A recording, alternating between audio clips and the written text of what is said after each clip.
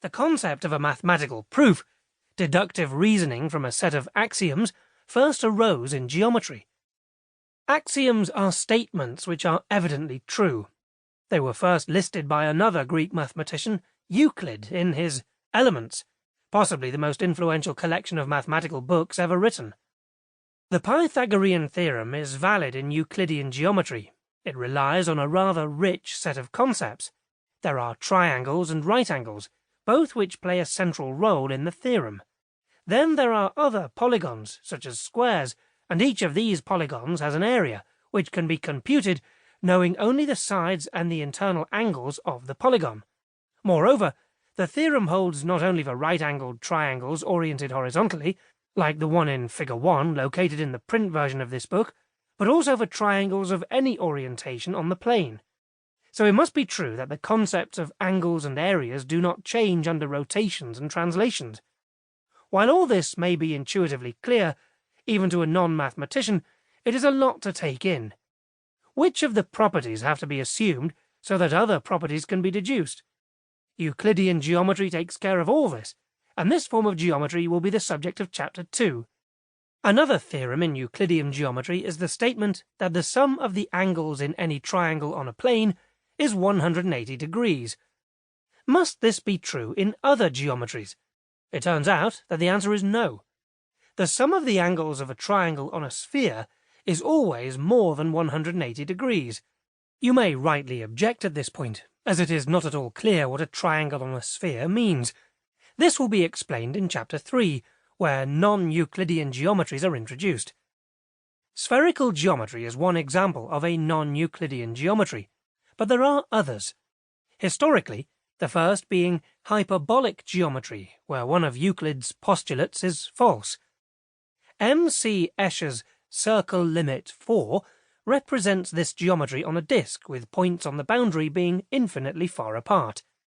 In this geometry, the analogues of straight lines are circular arcs intersecting the boundary of the disk at right angles. 6 of these arcs have been drawn on Figure 3. Although the notion of distance is distorted in hyperbolic geometry, our everyday Euclidean notion of angles still makes sense. How about areas? It turns out that all the devils in Figure 3 have the same area. Those near the boundary seem smaller, but only because they are far away, with respect to the hyperbolic distance, from the centre of the disk. We have been fooled by our Euclidean intuition. We will come to this form of geometry in Chapter 3.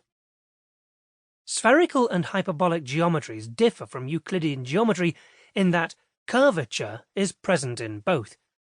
Curvature is constant and positive for a sphere, and constant and negative for the hyperbolic disk. In Chapter 4, I shall introduce the mathematics needed to understand curved surfaces, like the surface of a rabbit.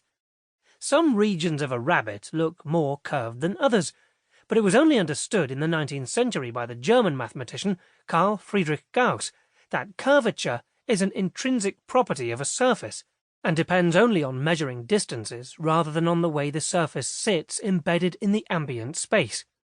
This observation of Gauss has become known as the theorem egregium, Latin for remarkable theorem. The Gaussian concept of curvature applies not only to surfaces, but also to their higher dimensional generalizations, known as manifolds. This leads to differential geometry, one of the most active research areas in mathematics, which we also explain in Chapter 4. In Chapter 5, I shall introduce a very different type of geometry, where the notions of distance, angles, and areas do not exist. Instead, what matters is configurations of points and lines.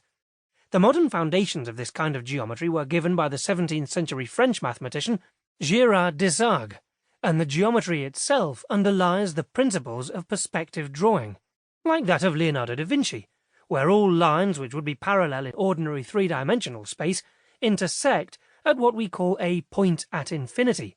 In The Last Supper, Da Vinci has chosen this point to be in the right ear of Christ.